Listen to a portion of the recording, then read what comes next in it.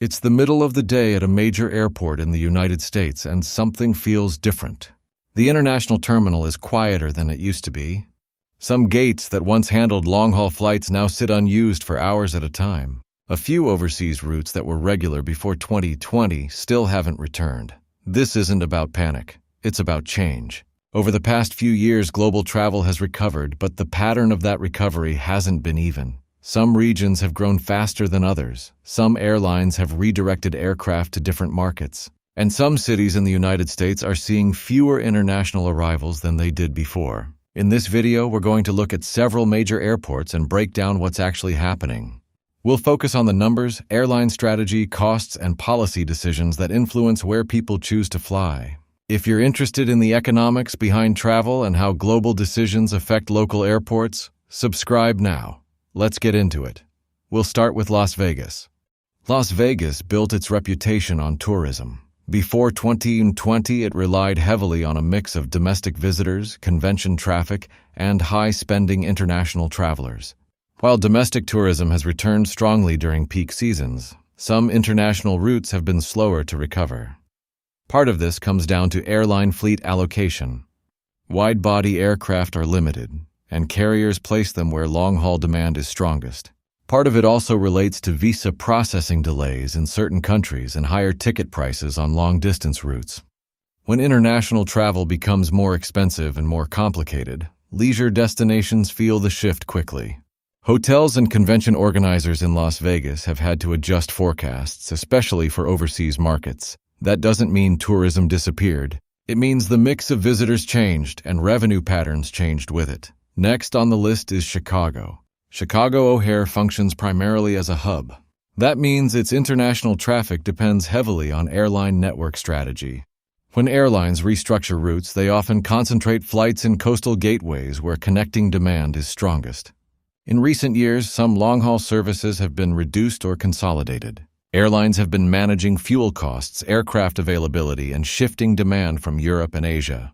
For a hub airport like O'Hare, even small adjustments in airline strategy can translate into noticeable changes in international passenger numbers. Local tourism still exists, business travel still operates. But the volume of certain overseas connections has fluctuated because of decisions made at the airline level, not necessarily because of local decline. Moving further south, Orlando presents a different case. Orlando depends heavily on family travel. International family trips are highly sensitive to cost. When long-haul ticket prices rise and currency exchange rates shift, families compare destinations more carefully. Visa wait times in some countries also stretched after pandemic backlogs. When planning a trip with children, complexity matters. If one destination requires longer processing times or higher upfront costs, families often choose an alternative. Theme parks continue operating at scale, and domestic tourism remains strong during holiday periods. However, the international family segment has been more uneven in its return, especially from markets that were once consistent contributors. Now let's look at Honolulu. Before 2020, Japan was one of Hawaii's largest international markets. The recovery of outbound travel from Japan has been slower compared to some other regions. Currency weakness and cautious spending behavior have influenced travel decisions for many Japanese households. Airlines adjust frequency based on demand. When outbound travel slows, routes operate at reduced capacity. That affects airport revenue, retail activity, and employment levels around the airport ecosystem. The situation reflects broader economic conditions in Asia, not a single local issue. From there, we move to San Francisco.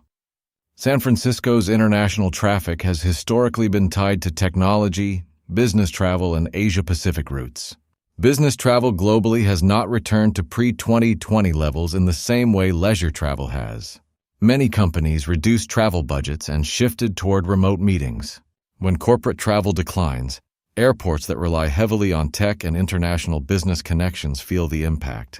Airlines respond by reducing frequency or redeploying aircraft to leisure-heavy destinations. That shift doesn't mean the airport is failing. It means demand composition has changed. Across all of these cities, the pattern is similar. International aviation is capital-intensive.